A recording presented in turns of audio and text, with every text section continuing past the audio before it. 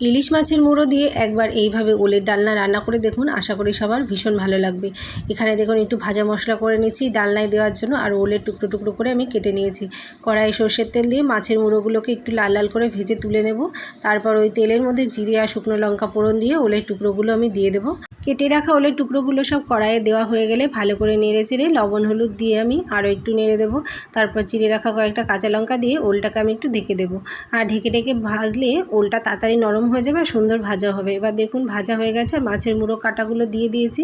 এবার আমি পরিমাণ মতো গরম জল দিয়ে ওলটাকে ঢেকে ঢেকে রান্না করছি। আর এখানে দিয়ে দিলাম ভেজে রাখা যে মশলাটা করেছিলাম, ওই মশলাটা গুঁড়ো করে আমি দিয়ে দিলাম। এবার আমি আর একটু নেড়ে চেড়ে নেবো 10-15 মিনিট। আর এদিকে মাঝখানে আমি একটু লবণ ঝালটা টেস্ট করে নেবো, আর হাতা দিয়ে একটু দেখে নেব যে ওলগুলো খুব ভালোভাবে গলেছে কিনা। এইভাবে যখন ঝোলটা শুকনো শুকনো হয়ে আসবে তখন বুঝে যাবেন রেডি হয়ে গেছে ওলের ডালনা। দেখুন কেমন লাগলো আজকের এই রেসিপিটা কমেন্ট করে জানাবেন। ধন্যবাদ সবাই।